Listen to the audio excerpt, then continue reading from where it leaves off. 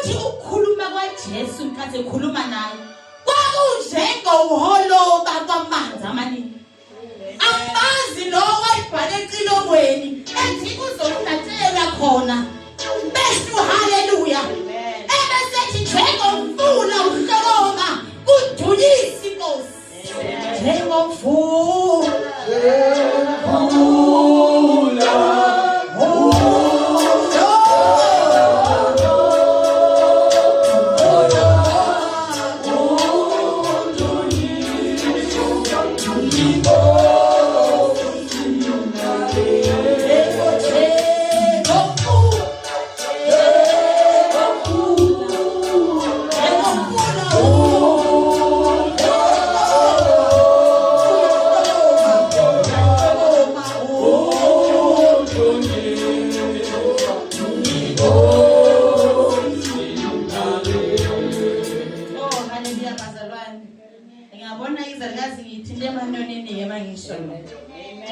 nabanye bethu.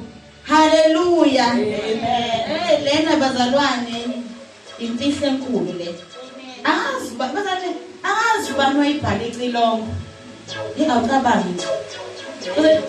Enjoy just as no. Yazi ukuthi ngafisa ukuthi ngeyilanga mesaphila ngifike ngithi well done. Ngiyazi ukuthi bekafike ekhaya ezofethiwa nje well done. Kodwa izindi ekafike ekhaya bese ngishilo ukuthi well done.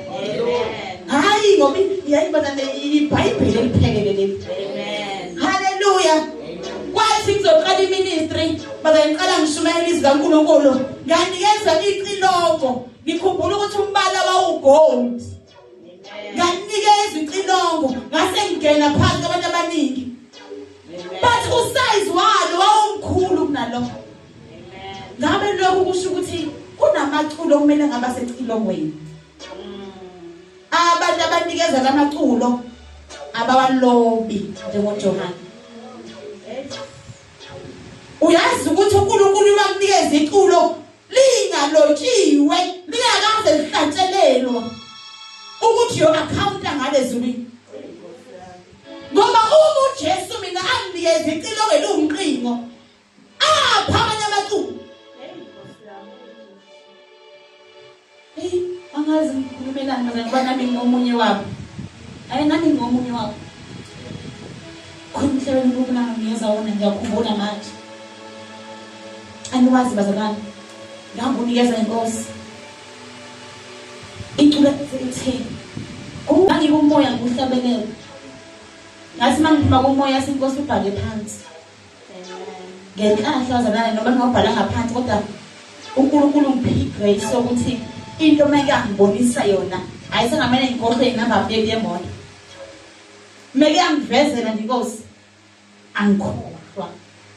Bazalwane mina nje ngiyakhohlwa. Kodwa into engayivezela uJesu angikwazi ukuyikhohlwa ngazi ukwenza kanjani.